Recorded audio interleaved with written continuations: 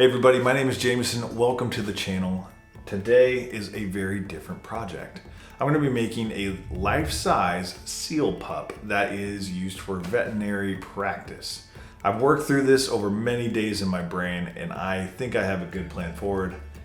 I have everything traced on and now it's time to turn on the lights and get over to the bandsaw.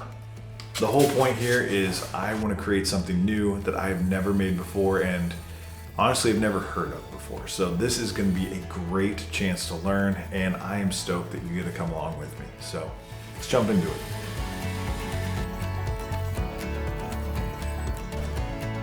That's fun.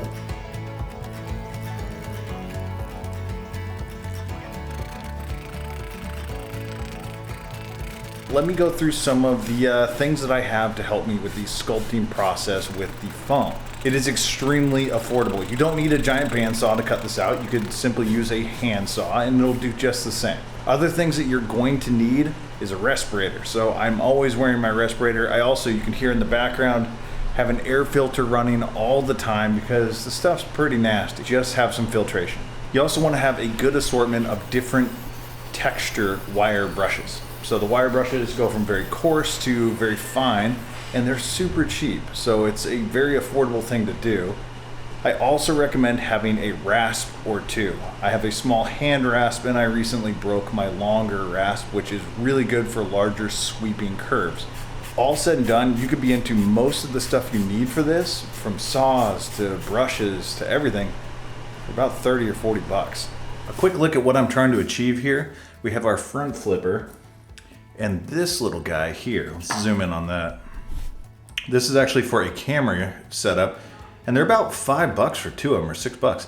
Really good pivot device. The ask that they had is they want the flippers to be able to extend from here, which is 90 degrees or so from the body, and be able to tuck them back against the body. That's how they do it when they're doing shots or whatever they need to do on a seal. So it's something they want to practice.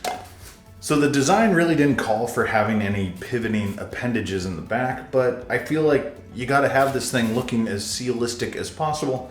So I created the back flippers. I'm gonna do them in a similar way to the front.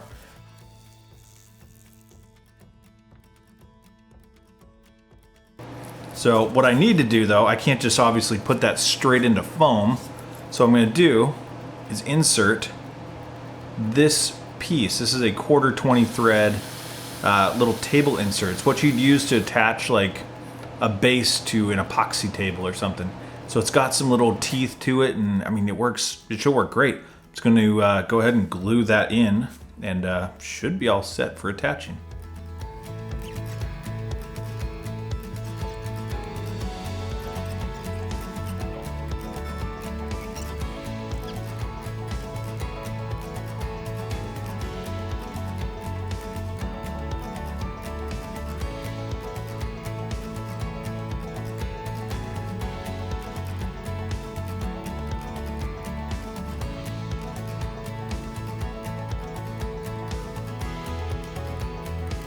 The next step is to hollow out the bottom and place a chunk of garden hose inside. That's going to come out the mouth because the vet techs and volunteers are going to be trained up on inserting this little tube and feeder to feed the seals. It's for when the seal's not getting enough nutrition, they can insert that and it goes all the way to the stomach.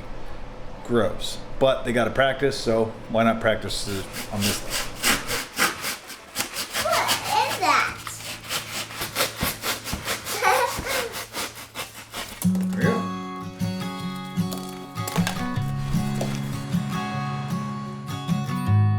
It is now time for some uncharted territory, and that is fiberglass. I have no clue what I'm doing, so yeah, because it's always fun to learn something new, and I know it's going to turn out well. Just layers and sanding and layers and sanding. So yeah, let's put some smelly stuff onto a seal. So I've got my windows open, I got my filter going. I'm going to try and get as much of this fiberglass smell as possible out of here, but dang, is it pretty rough.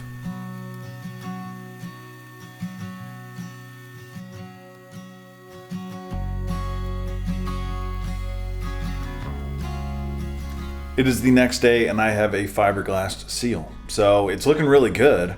I just now need to figure out how to put a proper silicone piece in the back. Now remember that silicone is going to be the injection point number 1 for where they actually give seals their vaccines or whatever they need.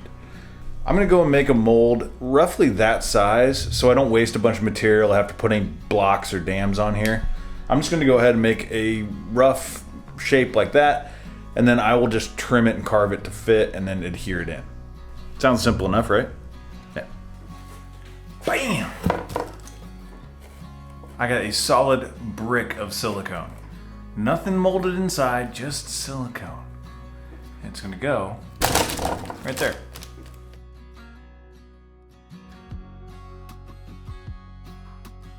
The shoulder's looking pretty good. I've whittled this thing into submission and lost a ton of the silicone, but it's following the basic shape.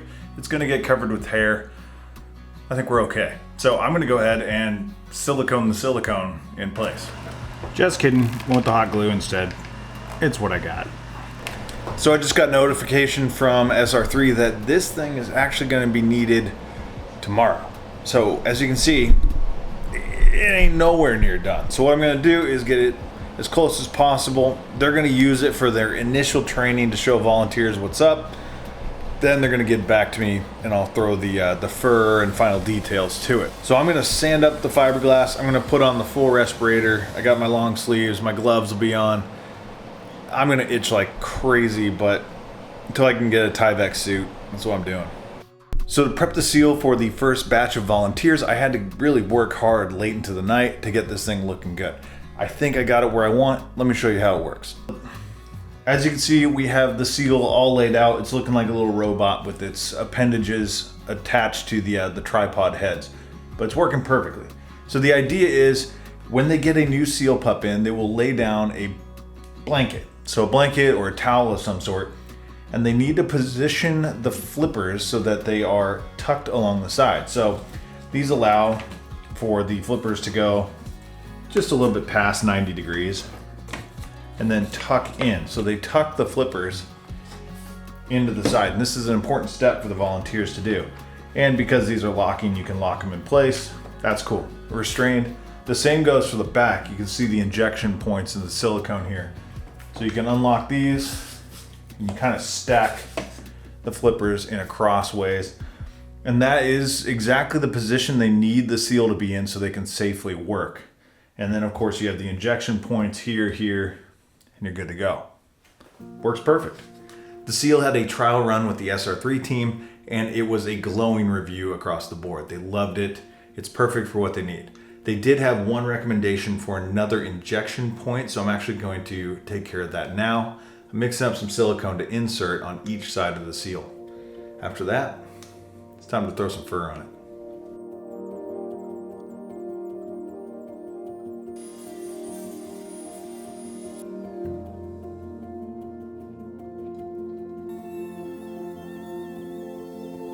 It is time to yet again jump into something that I have no clue what I am doing, and it honestly has given me nightmares ever since the start of this, because I have no clue how I'm going to attach this little seal faux fur to this newly fiberglassed piece.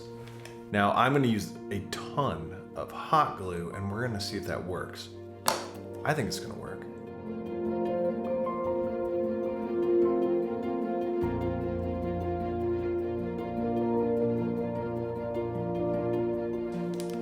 Ow, ow, ow, ow, ow, ow.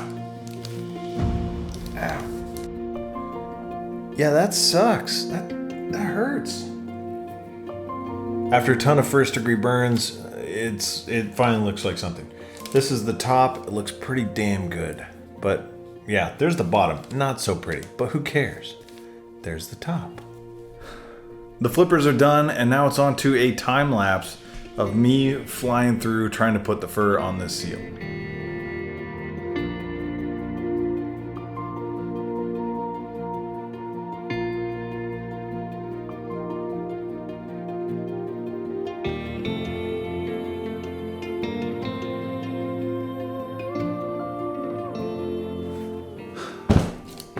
Looks like a furry sausage.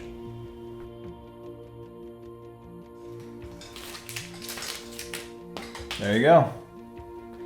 It's a seal.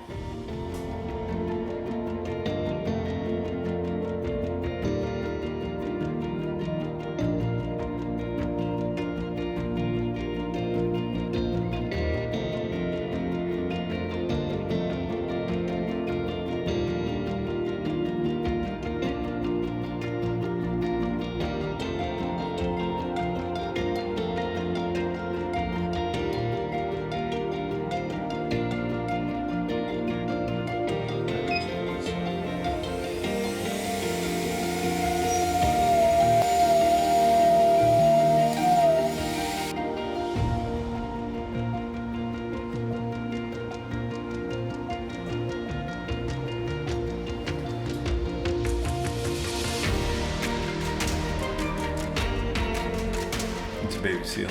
The baby seal. Daisy.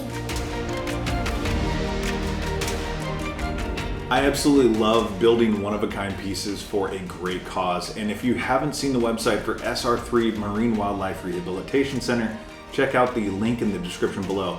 And if you're looking to donate for a great cause, they are an awesome group. And I really hope that it helps their veterinary staff and their volunteer staff in the future. So thank you, SR3, and thank you for watching, liking, sharing, and subscribing. It means a ton, and I'll see you on the next one.